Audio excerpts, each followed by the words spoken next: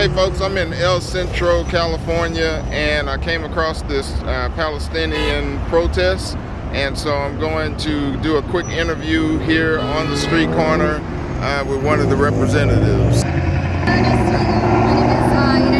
I'm the lead organizer for Imperial Valley for Palestine.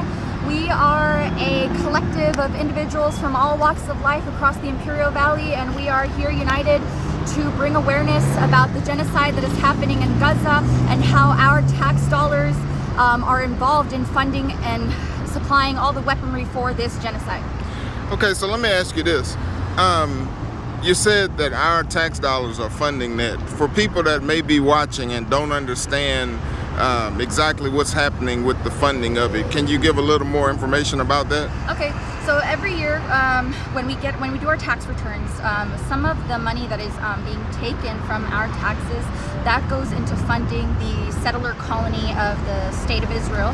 And so through our tax dollars, they are living a glamorous life of free healthcare, free education, free resources. All of that is being funded by us, including the military-grade weapons. So, this money, specifically from El Centro, it is about $400,000 of all the constituents in Calexico that is being sent to there. So it's kind of sent as like a donation, because this colony has only been around for about 76 years. So they are still kind of considered as though they're helping them out and sending them aid, but it's not considered aid anymore when this colony is living a better life than us here in America. Okay, and one last question for you. For citizens that might be watching this, because I've got about 14 countries that tune into this podcast, specifically for American citizens who might watch and say that Israel is God's country. We're supposed to support Israel. How do you respond to that? I think that even in our country, we do have a separation of church and state. So I think it's God works in mysterious ways.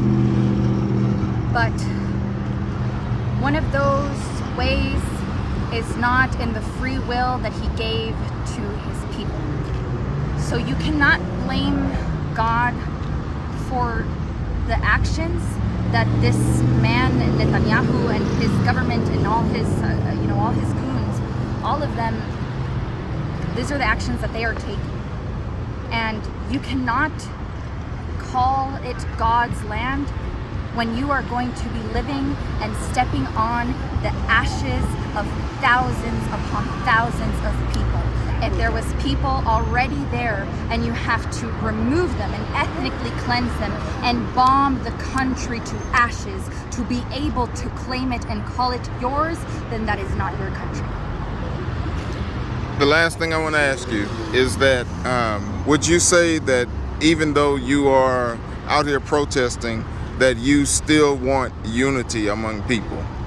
Yeah, that's why we need a ceasefire. Okay. So, for example, there have been about 10 ceasefire agreements that Israel has rejected. They were either sent from Israel to Hamas, and then Hamas either rejected them, or Hamas sent them a ceasefire deal and Israel rejected them. So they're kind of going back and forth in this rejecting ceasefire deals. But with Israel, the thing that they want to do is they don't want a ceasefire because if they do a ceasefire, then that means that they can't continue to bomb them. So what they want is for there to be a hostage exchange. Israel will release the hostages that are imprisoned in Israel, that are Palestinian, and will send them back to Gaza or to the West Bank, and then Hamas releases their hostages and they get sent back to Israel, and then the war stops. That's ideal, right? But what Israel wants to do is, after they do that hostage exchange, Israel wants to continue to bomb Gaza even though there's no more hostages, in order to continue the war. And so essentially, if you truly want this to stop, you would want for the ceasefire, because then the ceasefire is just the beginning. We still need to heal Gaza. There's tons of children. I think when we want to talk about politics and all of that in general, we need to look at the population and those that are being affected. Half of the entire population in Gaza, half of them, 51% of them are under 18 years old. And so just think about the mental trauma. People say, I don't want to be involved in politics. Well, I bet you 100% a child in Gaza will tell you the same thing, that they don't want to be involved in politics. All they want to do is have the freedom to play, to live, to feel joy, and for mothers to take care of their children, for fathers to provide for their families, for brothers and sisters to play, for families to hang out, just like every other normal thing. And what we want is that peace. We want there to be like no more ignorance and no more comparison.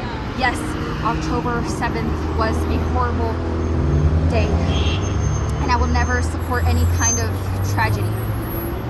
But you cannot compare that and say that because of that, 50,000 people getting killed and every 10 minutes one child dying, that cannot be normalized.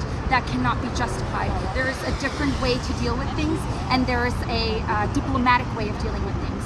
So you can do the ceasefire and begin diplomatic conversations to however the resolution of the conflict can be. But the point is, this needs to stop. The bombing needs to end. The killing needs to end. The torture needs to end. The hostages must all be free on both sides, and it needs to stop. We need the peace, and we need to bring awareness to what's happening in Gaza. We can't ignore it. We can't go our daily lives acting like that's not happening. I think that acting like a genocide isn't happening to me is more delusional than to be like, for us, we're young, we have the time, we are speaking up.